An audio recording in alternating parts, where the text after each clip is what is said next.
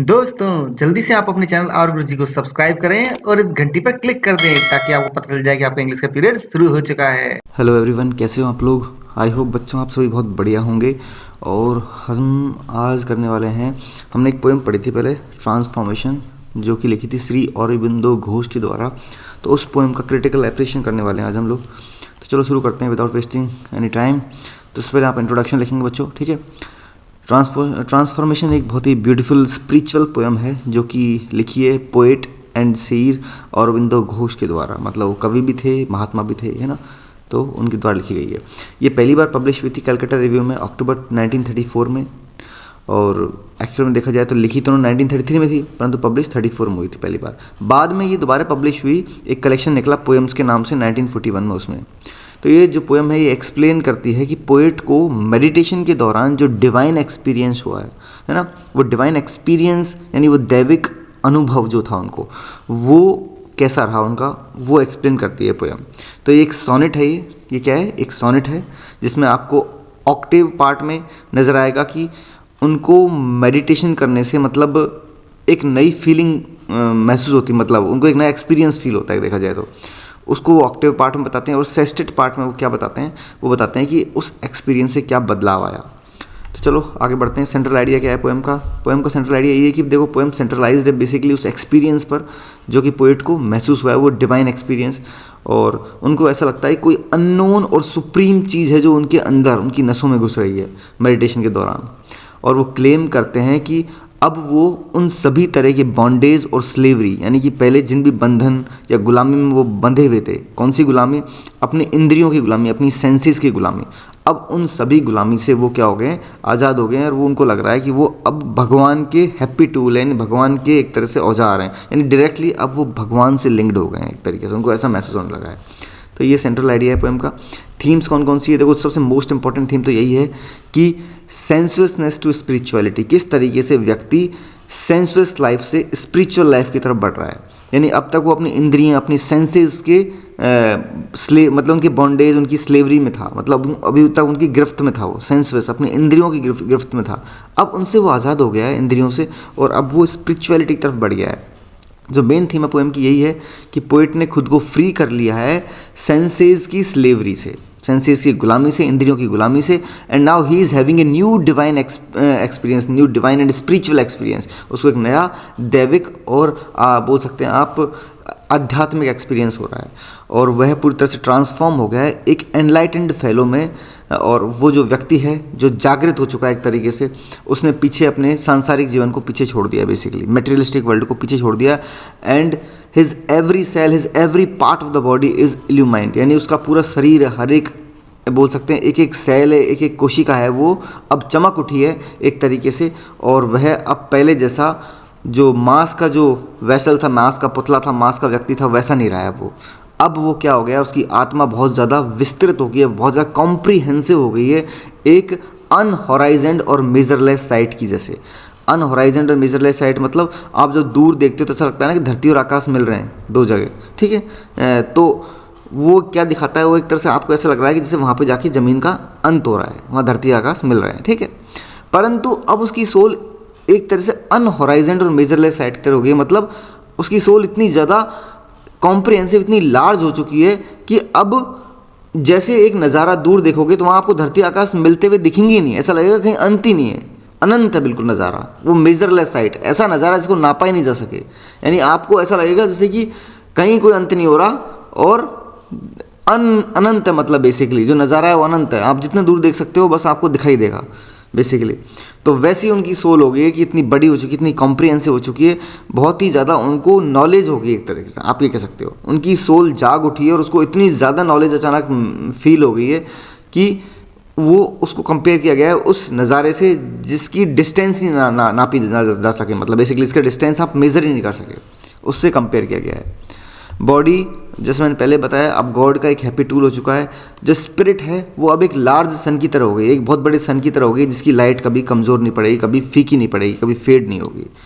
तो वो अपना एक्सपीरियंस शो कर रहे हैं कि भाई कि सेंसलेसनेस से जब मैं स्पिरिचुअलिटी की तरफ बढ़ा तो मेरे शरीर में क्या बदलाव आए और मुझे कैसा महसूस होने लगा। मुझे ऐसा लगा कि अब मैं आज़ाद हो चुका हूँ इन इंद्रियों के चक्कर में, और अब बेसिकली अब मैं एक फ्री सोल बन चुका हूँ, एक ऐसी सोल जो अपनी बॉडी पे जिसका पूरा कंट्रोल है, एक एक चीज़ पे वो महसूस कर सकता है बॉडी के अंदर कि कहाँ उसकी मतलब सांसें जा रही हैं, कैसे वो अंदर बॉडी में क्या हरकतें हो रही है, वो सब महसूस कर सकता है मेडिटेशन के दौरान बेसिकली। और उसको ऐसा फील हो रहा है जैसे उसकी मतलब सोल इतनी कॉम्प्रिहेंसिव हो गई, उसकी इतनी विस्तृत हो गई, इतनी ओपन हो गई है, इतना ज्ञान उसे मिल गया अचानक ही कि एक दूर तक जहाँ देख सकें उसकी सोल का कहीं एंड नज़र नहीं आ रहा, उसके ज्ञान का कोई अंत नज़र नहीं आ रहा।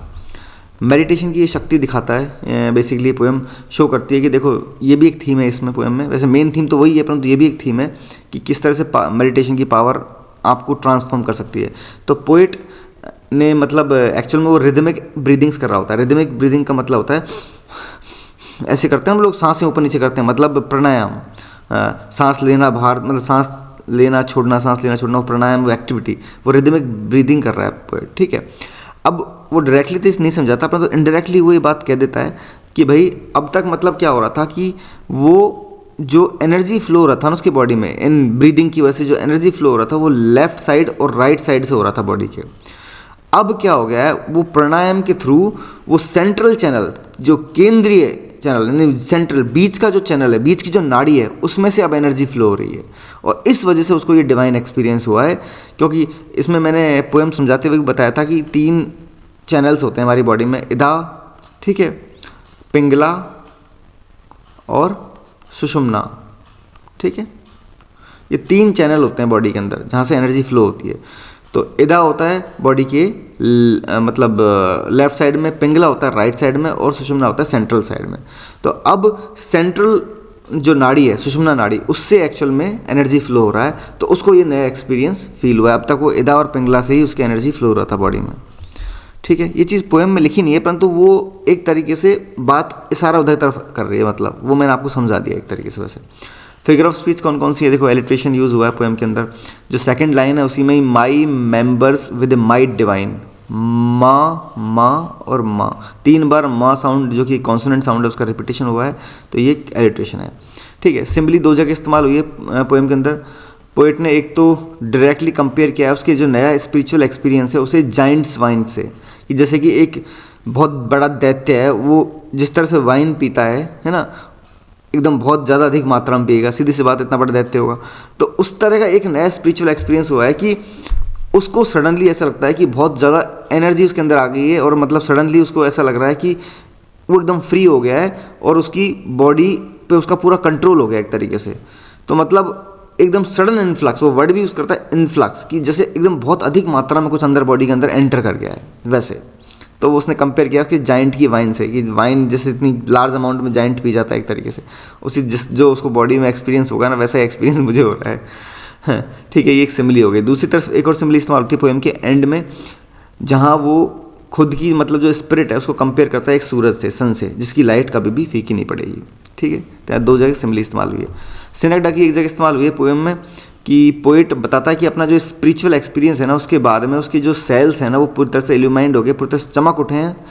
तो अब सेल्स चमक उठे इसका मतलब बॉडी चमक उठी, मतलब व्यक्ति चमक उठा है, बेसिकली व्यक्ति को ज्ञान हो गया है। तो ये जो सेल्स है ना ये एक्चुअल में रिप्रेजेंट कर रहे हैं पूरी की पूरी बॉडी को, होल बॉडी को रिप्रेजेंट कर रहे हैं। तो ये सिनेक्डा की हो गई। अब देखो पोएम के अंदर 3 एनर्जी चैनल्स को बताया गया, एक तरीके से इनडायरेक्टली समझाया गया है, वो मैंने एक्स्ट्रा पॉइंट जोड़ दिया आप लोग की नॉलेज के लिए, कि पोएम डिस्क्राइब करती है कि भाई देखो सेंट्रल चैनल जो है नाड़ी है ना एनर्जी का, वो कितना ज़्यादा सिग्निफिकेंट इंप्रेशन, कितना इंपॉर्टेंट इंप्रेशन, कितना विस्तृत, कितना बड़ा इंप्रेशन छोड़ता है बॉडी के ऊपर। वो जो सेंट्रल नाड़ी है उसे सुषुम्ना कहते हैं, ठीक है। दूसरे चैनल्स भी हैं बॉडी में, जैसे इदा जो लेफ्ट साइड से एंड पिंगला जो कि राइट साइड से, ठीक है, ये दोनों भी हो गए। तो परंतु सुषुम्ना जो है ना सेंट्रल वन है और बेसिकली इसने ये ओपन हुआ है रिदमिक ब्रीदिंग की वजह से, प्राणायाम की वजह से, और जिसकी वजह से पोएट को ये ट्रांसफॉर्मेशन फील हुआ है, ठीक है। तो आप ऐसे देख सकते हो, एक व्यक्ति है ऐसे वो बैठा हुआ है आलती पालती मार के, ठीक है, इसको ऐसे ही समझ लो आप। तो इधर से ये राइट साइड हो गया, वो जो बैठा है उसकी तरफ से देख रहे हैं हम लोग, हमारी तरफ से नहीं, ये राइट साइड हो गई उसकी और ये उसका लेफ्ट साइड हो गया, ठीक है, जो इंसान बैठा है उसकी साइड, और ये सेंट्रल। तो इधर से जाएगी पिंगला, इधर से इदा, और ये है सुषुम्ना बीच में से, ठीक है। एनर्जी फ्लो की 3 नाड़ियाँ। अब स्ट्रक्चर और राइम स्कीम क्या है। पोएम एक सोनेट है, ठीक है, मैंने बता दिया ऑलरेडी। इसको हम ऑक्टेव और सेस्टेट में डिवाइड कर सकते हैं। ऑक्टेव पार्ट में उसको जो नया डिवाइन एक्सपीरियंस हुआ है पोइट को, ठीक है, जिससे उसकी सेंट्रल नाड़ी या सेंट्रल चैनल है जो उससे एनर्जी फ्लो होने लग गया है, तो वो शो किया गया है, ठीक है, पहले ऑक्टेव पार्ट में। और सेस्टेट में क्या दिखाया गया है कि इस एनर्जी फ्लो की वजह से उसकी बॉडी में जो ट्रांसफॉर्मेशन, बदलाव आए हैं, उसको जो नया एक्सपीरियंस हो रहा है, अब क्या चेंजेज आए हैं, अब वो स्लेव नहीं रहा है, इंद्रियों का स्लेव नहीं रहा है, वो बॉन्डेज से फ्री हो गया है, ठीक है। वो उसकी स्पिरिट बहुत वास्ट हो गई है, वो एक सूरज की तरह हो गई जिसकी रोशनी कभी फीकी नहीं पड़ेगी बेसिकली ना। और वो कह सकते हैं कि वो अब गॉड से डायरेक्टली लिंक हो गया, और ऐसा लगता है कि वो गॉड के हाथों का टूल हो गया डायरेक्टली। तो उसको ये सब एक्सपीरियंस फील हो रहा है ना, ये सब सेस्टेट में शो होता है। तो ये राइम स्कीम पोएम की क्या होगी, क्योंकि एक सोनेट है तो पहले स्टैंड मतलब ऑक्टेव पार्ट में तो क्या हो गया, ए बी बी ए, ये तो ऑक्टेव पार्ट में हो गया। और सेस्टेट में सी डी सी ई एफ ई। अगर हम देखना चाहें इसको पोएम में डायरेक्टली, मैं बता देता हूँ आपको, अगर किसी को ऐसा समझ में नहीं आए तो देखो, मैं इनको मिटा देता हूँ, ठीक है, इनको मिटा दिया। चलो अब डायरेक्टली आप समझ जाएंगे। देखो पहली लाइन स्ट्रीम, स्ट्रीम को हम देंगे ए। डिवाइन, क्या स्ट्रीम और डिवाइन की तुकबंदी बैठ रही है, नहीं बैठ रही, तो इसको बी देंगे। वाइन, डिवाइन और वाइन इनकी बैठ रही है तो ये बी, इसको बी दिया था, इसको बी देंगे। ड्रीम, स्ट्रीम की और ड्रीम की तुकबंदी बैठ रही है, बोलते हैं जो तुकबंदी बैठती है, स्ट्रीम ड्रीम, स्ट्रीम ड्रीम, तो ये इसको भी ए देंगे क्योंकि हमने स्ट्रीम को ए दिया था। समझ गए बात को। ऐसे डिवाइन को बी दिया तो वाइन को बी देंगे। जहाँ मैच नहीं होती वहीं हम नेक्स्ट अल्फ़ाबेट ले लेते हैं। जैसे स्ट्रीम को ए दिया था, अब स्ट्रीम से मैच डिवाइन नहीं हो रहा था, इसलिए इसको बी देना पड़ा, ठीक है। अब वाइन का मैच हो रहा है डिवाइन से तो बी का बी हो जाएगा वापस से, और ड्रीम स्ट्रीम से मैच हो रहा है इसको वापस से ए दे देंगे। अब ऐसे स्कीम, स्कीम मैच हो रहा है ड्रीम और स्ट्रीम से तो इसको भी ए देंगे, ठीक है। ये फाइन, ये एक्चुअल में इसी के आगे आएगा यहाँ पर, ठीक है। जैसे फाइन, फाइन किससे मैच हो रहा है, वाइन और डिवाइन से, इसको भी बी देंगे। हाईलाइन, हाईलाइन भी मैच हो रहा है फाइन डिवाइन वाइन, तो इसको भी बी देंगे। और supreme, supreme scheme dream stream, तो ये ए, तो A B B A B B A, ये तो ऑक्टेव पार्ट हो गया, ठीक है। सेस्टेट में क्या हो गया, सेस्टेट में हम फ्लैश, फ्लैश किसी से ऊपर मैच नहीं हो रहा, अलग वर्ड हो गया, सी देंगे नेक्स्ट अल्फ़ाबेट, ठीक है। रूल, रूल भी किसी से नहीं हो रहा, नेक्स्ट अल्फ़ाबेट डी देंगे। Mash, mash flash, mash flash, तो इसको सी देंगे, ठीक है, सी डी सी हो गया। अब आगे साइट, साइट किसी से मैच नहीं होगा ऊपर, इसको हम ई देंगे। टूल भी किसी से नहीं होगा ऊपर मैच, इसको हम एफ देंगे नेक्स्ट अल्फ़ाबेट। और लाइट, साइट और लाइट मैच हो रहे हैं, इसको ई देंगे, तो ई एफ ई, तो सी डी सी और ई एफ ई। इस तरीके से पूरी राइम स्कीम होगी, A B B A C D C E F E. समझ में आ गया। तो इस तरीके से इसकी राइम स्कीम होगी पोएम की। आई होप बच्चों आपको पोएम समझ में आ गई होगी। अब कंप्लीटली जो क्रिटिकल एप्रिसिएशन का वेट करते हैं उनके लिए मैंने वीडियो डाल दी है। अब भी कुछ समझ में नहीं आया तो आप मुझे कमेंट सेक्शन में पूछ सकते हैं, मैं मिलूंगा नेक्स्ट वीडियो में। Till then goodbye, see you soon, take care.